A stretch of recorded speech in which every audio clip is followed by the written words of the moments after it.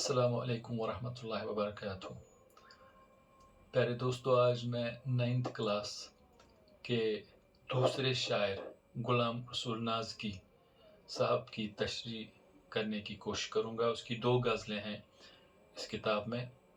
कोशिश करूँगा कि दोनों गज़लों की तशरीह करूँ और सही तरीके से करूँ।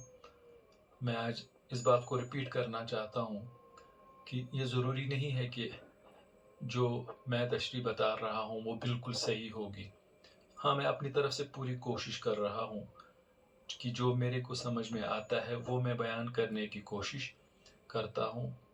तो इसलिए मुआज़रत ख़्वाह हूँ कि कहीं पर कोई गलती हो जाए, उसके लिए माफ़ी चाहता हूँ।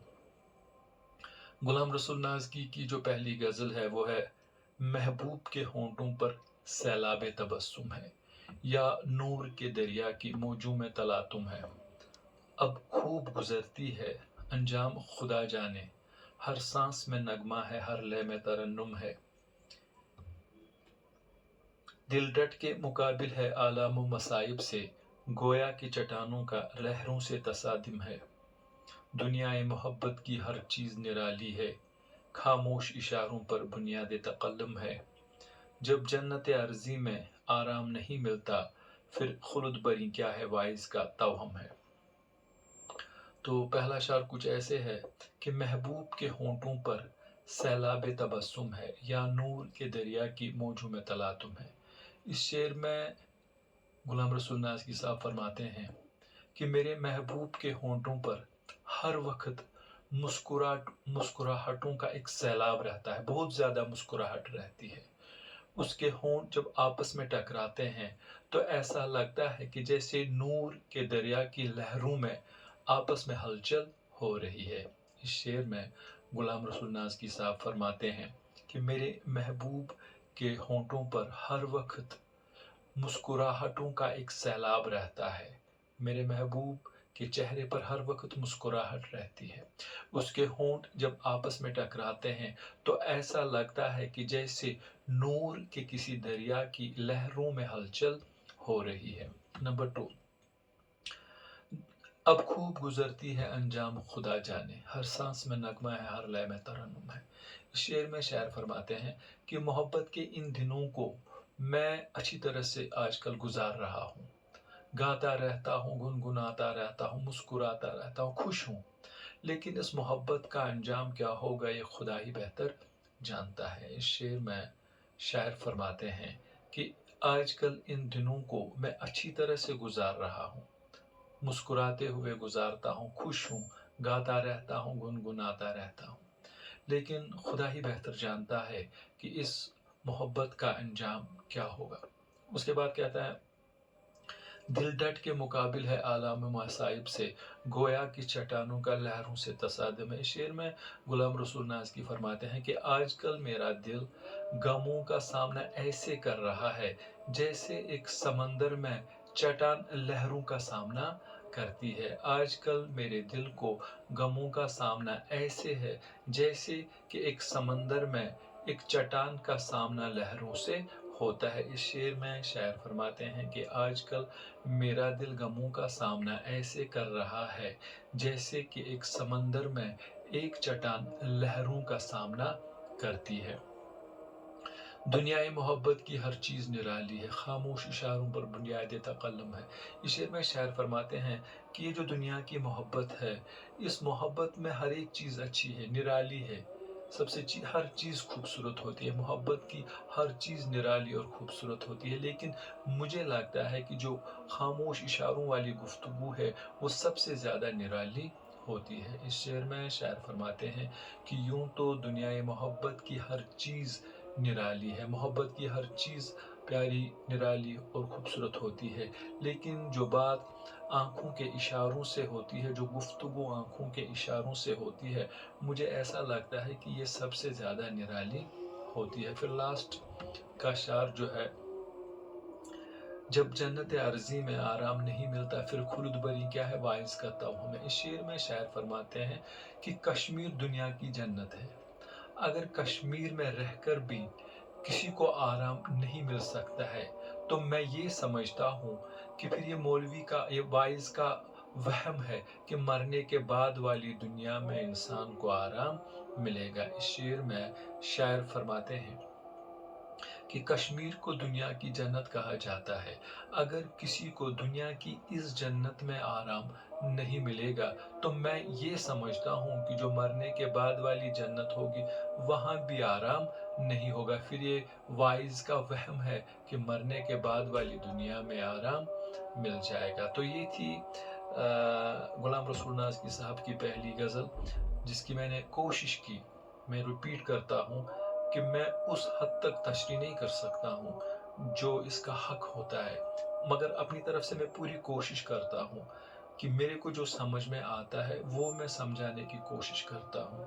तो अब इसी सिलसिले में जो गुलाम रसूल नाज़ की जो दूसरी गज़ल है वो कुछ इस तरह से है कि इस शौक को क्या देखा आंखों में सिमट आई, शिराज की शादाबी कश्मीर की रैनाई, रह रह के मेरे दिल में एक दर्द सा उठता है, आ अपने लबों से दे पैगाम मसीहाई, हर शय की हुजूरी में झुकवा दिया सर मेरा, ए ज़ौक़े जबीं साई ए लज़्ज़ते रुसवाई, शर्मिंदा उल्फत हूँ रुसवाए मोहब्बत हूँ, दामन में छुपा मुझको ए गोशे तन्हाई, सूखा हुआ सब्जा हूँ गुलजारे मोहब्बत का, कब साया फगन होगा वो सरवर दिलाराई।